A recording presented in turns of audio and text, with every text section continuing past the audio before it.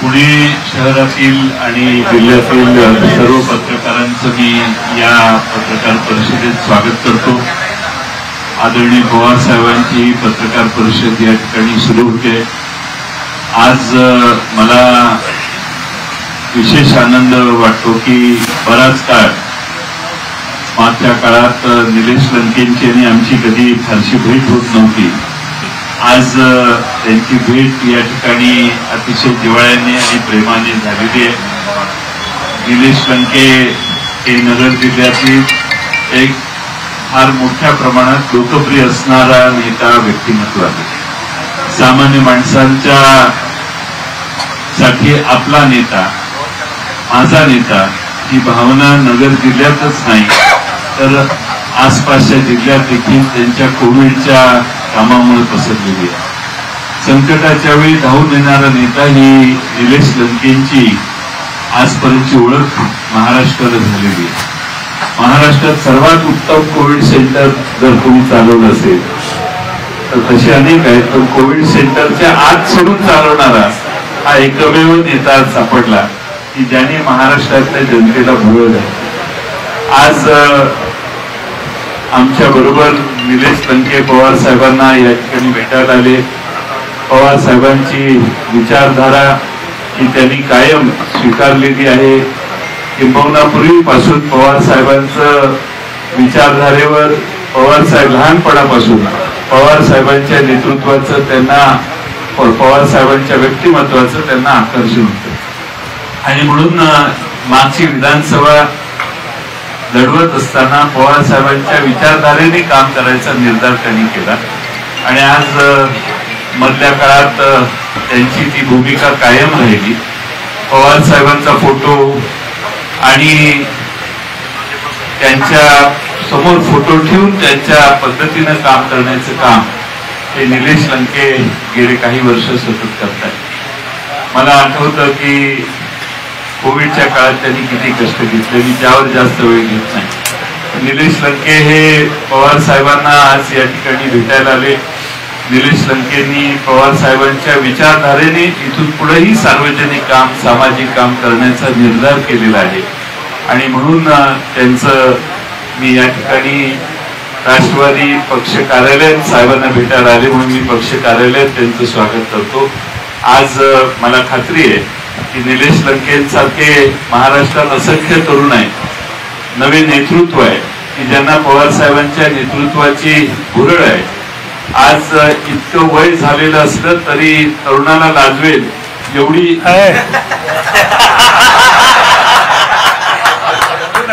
माझे वाक्य मी मागे घेतो।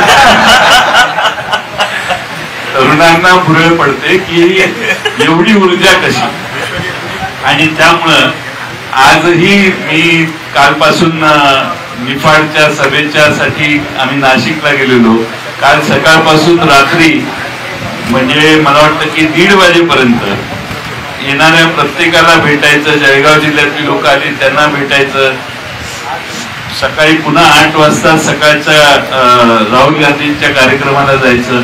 आतापर्यंत मध्ये विश्रांती न घेता अथकपणाने काम करणारा जी ईर्ष्या आहे आणि जिद्द आहे ती आम्ही सगळ्यांनी पवार साहेबांच्याकडून घेतली पाहिजे अशी भावना महाराष्ट्रातल्या तमाम तरुणांची आहे। त्यातलाच एक नेता ज्यांनी पवार साहेबांच्या विचारधारेवर काम केलेलं आहे असे नेते आज पवार साहेबांना भेटायला आले। मी त्यांचं मनपूर्वक स्वागत करतो आणि पवार साहेबांना माननीय निलेश लंकेंना निलेश लंके यांना आपल्याला संबोधित करायला विनंती करतो।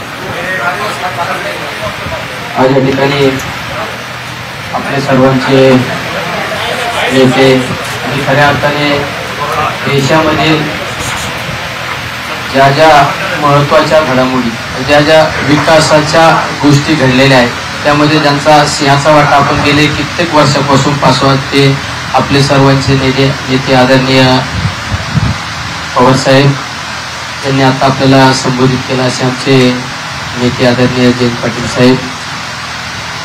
संसदपटूने काम कसं करावं असं ज्यांनी लोकसभेमध्ये आपल्या राज्याचे प्रश्न मांडण्याचा नेहमी कळकळीने प्रयत्न केला जातो असे आमचे नेते आदरणीय खासदार अमोलजी कोल्हे साहेब, दुसरे आमचे नेते आदरणीय राष्ट्रवादी पक्षाचे आम्हाला नेहमी वडिलकीचं मार्गदर्शन करणारे आमचे दादा भाऊजी कळमकर, आमच्या जिल्ह्याचे राष्ट्रवादीचे जिल्हाध्यक्ष आणि नेहमी मला एकदम मुलासारखं मार्गदर्शन करणारे आदरणीय मालकी तात्या, आमचे दुसरे बंधू पण म्हणू शकतो आणि वडिलकीच्या नात्याने मला नेहमी थोडा दम सुद्धा देणारे आदरणीय प्रताप काका ढाकणे, आमचे सहकारी मित्र श्रीगोंदा तालुक्याचे माजी आमदार राहुल दादा जगताप, दुसरे आमचे सहकारी विधानसभेमध्ये आम्ही एकत्रित काम केलं आणि ज्यांनी ऊर्जा खात्याचा खऱ्या अर्थाने सर्वसामान्य शेतकऱ्यांना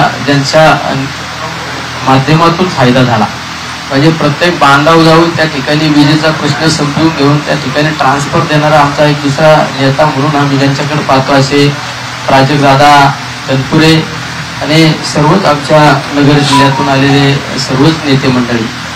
आज खऱ्या अर्थाने मला बऱ्याच पत्रकारांनी आत येत असताना विचारलं की तुम्ही आज पवार साहेबांकडे प्रवेश करता का? अरे मी पवार साहेबांच्या विचारधारेबरोबरच मला माझी विधानसभेची निवडणूक आजही आठवते. 2019च्या विधानसभेच्या निवडणुकीचा माझ्या प्रचाराचा शुभारंभ दसऱ्याच्या दिवशी आदरणीय पवार साहेबांनी त्या ठिकाणी केला आणि लहानपणापासून पवार साहेबांचं नेतृत्व आणि पवार साहेबांच्या कामाचं त्या ठिकाणी नेहमी अभ्यास करणारा मी एक कार्यकर्ता. तुम्ही पाहिलं असेल कोविडच्या महामारीमध्ये भाऊ भावाला विसरले, मुलं आईवडिलांना विसरले, नवरा बायको एकमेकाला विसरले. त्या काळात मी ज्यावेळेस आदरणीय शरदचंद्रजी पवार आरोग्य मंदिर सुरू केलं आणि पवार साहेबांच्या नावाने ते आरोग्य मंदिर सुरू केल्यानंतर 31,000 लोकांना आपण उपचार देऊ शकलो. म्हणजे ती सुद्धा एक असं अप्रत्यक्ष एक अदृश्य ताकद नेहमी पवार साहेबांची त्या ठिकाणी मला लाभलेली आहे. मला आज या ठिकाणी जयंत पाटील साहेबांनी सांगितलं की मी या ठिकाणी भेटायला आलो आणि सगळ्यात महत्त्वाचं भेटत असताना मला त्या कोविडच्या कालखंडामध्ये जे काम केलं, 22 मार्चला लॉकडाऊन झाल्यानंतर पहिली लाट आली, दुसरी लाट आली, त्या सगळ्या कालखंडामध्ये मी त्या कोविडची संघर्ष करीत असताना मी किंवा आमचे सहकारी ज्या ज्या गोष्टी मला एकदम हृदयस्पर्शी झाल्या, म्हणजे त्या घटना मी विसरू शकत नाही माझ्या जीवनामध्ये. त्या घटना मी एका पुस्तकामध्ये लिहिलेल्या आहेत आणि त्या पुस्तकाचं नाव सुद्धा मी अनुभवलेला कोविड. ज्या आदरणीय शरदचंद्रजी पवार साहेबांच्या नावाने आरोग्य मंदिर सुरू केलं, त्या आरोग्य मंदिर मधल्या घटना असो किंवा लॉकडाऊनच्या घटना असो, त्या सगळ्या त्या ठिकाणी आपण एकदम सविस्तरपणे मांडण्याचा प्रयत्न केलेला आहे. ते सुद्धा प्रकाशन आदरणीय पवार साहेबांच्या नावाने झालं पाहिजे, ही भूमिका होती. त्यामुळे मी पवार साहेबांना सुद्धा विनंती केली की साहेब मला तुमच्या हाताने लोकार्पण सोहळा करायचा आहे. मी आदरणीय साहेबांच्या नावाने मागच्या काळात सुद्धा मी त्यांना सांगितलं की मी एक त्या ठिकाणी ॲम्ब्युलन्स बनवितो. ती ॲम्ब्युलन्स म्हणजे फिरता दवाखाना असणार आहे, त्यामध्ये डॉक्टरांची सगळी टीम असणार आहे. प्रत्येक वाडी वस्ती जाऊन डॉक्टर लोक चेकअप करणार, त्या ठिकाणी ECG होणार. अशी अद्यावत म्हणजे आतापर्यंत कुठल्या मतदारसंघामध्ये अशी ॲम्ब्युलन्स नाही, अशी एक ॲम्ब्युलन्स अद्यावत सुद्धा साहेबांच्या नावाने बनवत आहे. म्हणून आज या ठिकाणी सर्वजण आमचे नगर जिल्ह्यातील सुद्धा सहकारी या ठिकाणी उपस्थित आहे. मला 2 शब्द मांडण्याची संधी दिली त्याबद्दल सर्व संयोजकांचे धन्यवाद देतो. फक्त अंकुश आहे.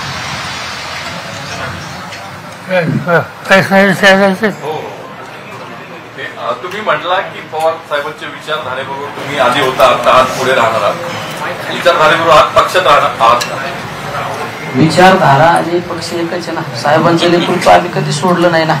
तुम्ही पहा तालुक्यात राज्यात काही जरी चित्र स्पष्ट झालं असं माझ्या सगळ्या पोस्ट पहा आतापर्यंतच्या, माझ्या आता पण कार्यालयात जाऊन पहा, आदरणीय पवार साहेबांचा फोटो त्या ठिकाणी आहे ना. कारण पवार साहेब हे आमच्या हृदयात आहे ना, ही जागा कोणी घेऊ शकत नाही ना.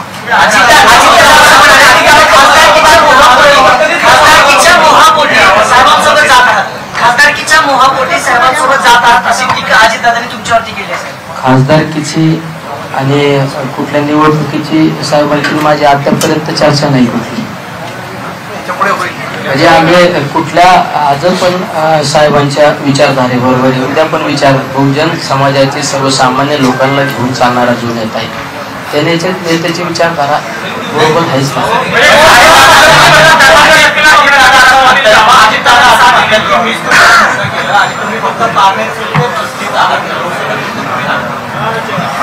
आज मी पुस्तक प्रकाशनासाठी आलेलो आहे. पुस्तक प्रकाशन महत्त्वाचे आहे. राजकीय गोष्टीला चर्चा करण्यापेक्षा मी साहेबांच्या शेजारी बसलेलो आहे. साहेबांची विचारधारा माझ्या आज पण होती, काल पण, उद्या पण असणारी, काल पण होती. त्यापेक्षा वेगळं काय असं म्हटलेलं आहे की तुम्ही जर पक्ष सोडला त्यांचा तर तुमच्यावर कारवाई होईल, तुमची आमदारकी जाईल, पक्षांतर्गत बंदी कायद्यांतर्गत. अजून काय मी पुढं ऐकलं पण नाही, माझ्याशी असं कुठली चर्चा पण नाही. ते म्हणतात ना, डोळ्याचं आणि कानाचं 4 फूट अंतर असतं, असं असू. तर मी प्रत्यक्षरित्या माझ्याशी बोलणं झाल्यानंतरच त्या गोष्टीचं उत्तर देऊ शकतो ना. किंमत चुकवण्याची तुमची तयारी आहे का प्रसंगी? नाही, कसं असतं, काही गोष्टी एखाद्या गोष्टीचं प्रत्यक्षरित्या माझी जर एखाद्याशी चर्चाच नाही तर त्या विषयावर निष्फळ बोलण्यापेक्षा आपण न बोललेलं बरं ना. खासदारकीबाबत काय भूमिका आहे तुमची? इथं मी या सगळ्या प्रक्रियेतला एक सगळ्यात छोटा घटक आहे. या ठिकाणी सगळे नेते मंडळी बसलेले आहे. त्यामुळे नेते असल्यानंतर एखाद्या कार्यकर्त्यांनी ती सुसंस्कृतपणा पाळायचा असतो. त्याच्यामुळे मी त्या गोष्टी न बोललेलं बरं. संभाजी महानाट्य घेऊन खासदार अमोल कोल्हे तुमच्याकडे आले होते, त्यावेळेस काही बोलणे झाले का? त्यावेळेस अमोल कोल्हेंनी गळ टाकलं तुम्हाला? शिवपुत्र संभाजी महाराजांचं महानाट्य हे आमचं गेले कित्येक दिवसापासून आमचं चाललं होतं की मला माझ्या मतदारसंघामध्ये महानाट्य ठेवायचं. कधी कधी त्यांच्या तारखा ॲडजस्ट होत नव्हता आणि त्यांची आणि आमची, तुम्ही जरा मागचा इतिहास पाहिला 2019च्या आधीचा, आम्ही एकत्र होतो. आमचे एक वेगळे संबंध, एकदम भावासारखे संबंध, नेहमी अधिकाराने एकमेकाला त्या ठिकाणी आम्ही अधिकारवाणीने सांगण्याचं काम करतो. आणि नेमकं मी त्यांना हट्ट केला की खासदार साहेब, तुम्ही मला फक्त एका बाजूने म्हणता की माझा भाऊ आहे आणि तुम्ही माझ्या मतदारसंघात मला महानाट्याला त्या ठिकाणी तारीख दिली पाहिजे, नाही तुम्ही उठणार नाही. त्यांनी त्याच वेळेस त्यांचा एक नियोजित कार्यक्रम सुद्धा कॅन्सल केला आणि मला त्या ठिकाणी माझ्या मतदारसंघामध्ये महानाट्य दिले. आणि मी तर बऱ्याच पत्रकारांना, आमच्या नगरच्या सुद्धा मीडियावाल्यांना, पत्रकारांना सांगितलं. त्यांनी सांगितलं की ह्या सगळ्या ज्या खर्चाच्या ज्या बाजूस ते काय केलं. मला आज पण ते समक्ष आहे. कुठल्या गोष्टीचा त्या गोष्टीवर आम्ही विचार केला नाही, त्या चर्चा सुद्धा नाही केली. एक प्रश्न, आता तुम्ही या ठिकाणी आलेला आहात, पवार साहेबांच्या पक्षाचे सर्व नगर जिल्ह्यातले नेते तुमच्या बरोबर आहेत. अजित पवार यांच्या पक्षातलं कोणीच दिसत नाही. आम्ही सगळे बरोबरच आहेत ना. तुमच्या हातात घड्याळ आहे का तुतारी आहे? इथं आदरणीय साहेब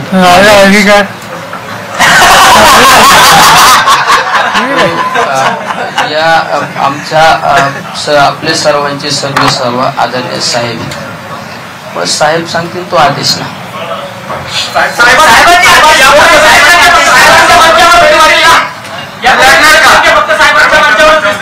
इथं एवढं साहेबांच्या मंचावरून दुसऱ्या मंचावर जाणं एवढं सोपं आहे.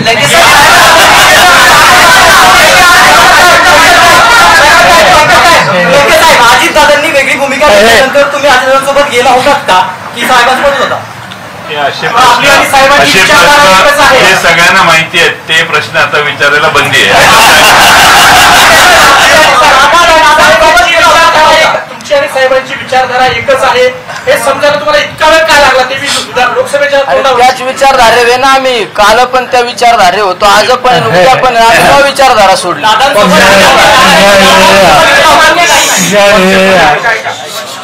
राष्ट्रवादी काँग्रेस पक्षाच्या वतीनं पाण्याची जरा व्यवहाराचा विचार लागला त्यावेळेला पाण्यामध्ये लढण्यासाठी तयार असावे आणखी आमचे काही सहकारी होते.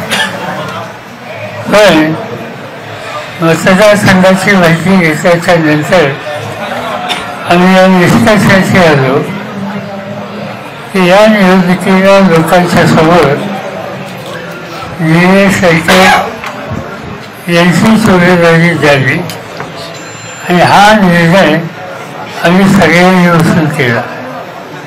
पारनेर हा दुष्काळी तालुका, त्याचं चित्र बदलण्यासाठी अनेक वर्ष आम्हाला सगळ्याची प्रयत्न होते. तिथे MIDC यांनी कारखानदारी वाजवली, तिथं दुधाचा धंदा वाढण्याच्यासाठी काही काळजी घेतली. आणि पारनेर एक असं ठिकाण आहे की फार मोठ्या प्रमाणावर तिथले नागरिक मुंबईत काम करतात. त्या सगळ्यांना संघटित करण्याचा प्रयत्न सुद्धा आम्ही केला. आणि त्याचं महत्त्वाचं कारण पारनेरी महाराष्ट्राच्या राजकारणामध्ये मला आणि माझ्या विचाराला नेहमी पाठिंबा दिला. अनेक वेळेला तिथे विधानसभेचे सभासद आम्ही ज्यांना त्यांच्या पुढे दिले त्यांना निवडून येण्याचं काम पारनेरच्या जनतेने केलं. आणि म्हणून अशांच्याच काम करणारा आणि अत्यंत सामान्य परिस्थितीचा पण अत्यंत कष्ट करणारा म्हणून आम्ही व्यंकय्याकडे पाहतो. आणि त्या दृष्टीनं त्यांनी विधानसभेला संधी मिळालेली स्वतः त्याच्या प्रचाराला गेलो समाई घेतल्या होत्या. आणि ते विजय झाल्याच्या नंतर त्यांनी पारनेरच्या जनतेची सोय सेवा ही अखंडपणाने चालू ठेवली. आणि त्यामुळं म्हणजे काही निर्णय त्यांचे झाले असतील अथवा नसतील पण त्यांची बांधिलकी जनतेशी प्रामाणिकपणाने होती. आणि बांधिलकी जनतेशी जे शिकवतात त्यांच्याशी आमची साथ ही कायम असते. अनेक लोक काही विरोधी पक्षातही असतात पण लोकांच्यासाठी काम करतात त्यांना मी प्रोत्साहन देतो. आज त्याचं मी या ठिकाणी स्वागत करतो. पक्षाच्या कार्यालयात हे आले. माझी खात्री आहे की थोडं दुष्काळाचं संकट आहे. पारनेरच्या भागामध्ये पाऊस पाणी कमी आहे. आणि अशा वेळेला शिकाची काम करणारा लोकप्रतिनिधी तिथं असणं आवश्यक आहे. आणि ती गरज बँकेच्या माध्यमातून लागते याचा आनंद आम्हाला सगळ्यांना आहे. त्यापेक्षा अधिक या ठिकाणी सांगायची आवश्यकता नाही. जनतेची सेवा करण्यासाठी ती कमी पडणार नाही. आणि काही आवश्यकता तर लागली तर आमच्या सगळ्यांची साथ लोकांच्या सेवेसाठी त्यांच्यावर आहे. चला नमस्कार. साहेब एक फक्त प्रश्न आहे. आम्हाला लंके साहेब जयंत पाटलांसोबत मुंबईत दिसतील की अमोल कोल्हे आणि सुप्रिया सुळेंसोबत दिल्लीत दिसतील? पारनेरमध्ये दिसत तिथं दिसता पाहिजे आहे. मुंबईत काय काम आहे? चला थँक्यू. तुम्ही पवार साहेबांच्या सोबत आहात त्यांच्या विचारांच्या सोबत आहात असं म्हटलात मात्र तुम्ही अजितदादांची साथ सोडून तुम्ही पवार साहेबांसोबत आलात तर हे क्लिअर करा. सर ते निवडणूक आयुक्त 2 नवे नियुक्त केलेले आहेत. आणि रंजन चौधरींनी त्याला आक्षेप घेतलेला आहे. आपली काय कसं आहे की निवडीची प्रक्रिया जी आहे त्याच्यावरतीच आमचं ऑब्झर्वेशन आहे. पूर्वी काय होतं पूर्वी निवडीच्या प्रक्रियेमध्ये केंद्र सरकारचे 2 लोक आणि सुप्रीम कोर्टाचे 1 न्यायाधीश मध्यंतरी सिलेक्शनच्या सिस्टीममध्ये बदल केला आणि सुप्रीम कोर्टाचे जज होते त्यांना कमी केलं. आज विरोधी पक्षनेता एकता आणि केंद्र सरकारच्या मंत्रिमंडळाचे 2 अशा 3 याची निवड करायचा अधिकार आहे. त्याचा स्वच्छ अर्थ आहे की फक्त मोदी ठरवतील त्यांनाच त्या ठिकाणी निवडलं जाईल. तर विरोधी पक्षाच्या एका सभासदाचं विचारधारा त्याची स्वीकार त्या ठिकाणी कोणी करणार नाही. आणि बहुमत केंद्राचे 2 प्रतिनिधी असल्यामुळं त्यांचं आहे. आणि त्यामुळे हवं तशा नियुक्त्या त्या होतील त्याच्यामध्ये आमच्या मनात शंका नाही. आता तुम्ही आता मला भेटला त्याचा काही खुलासा करत असो त्यावेळेस भेटले त्यांनी काही सांगितलं नाही. राजकारणाची व्यक्तीची चर्चा केली नाही. त्यांनी पुढं काय करावं याबद्दल सुद्धा ते बोलले नाही. ते आले आणि भेटले. एबीपी माझा उघडा डोळे बघा नीट.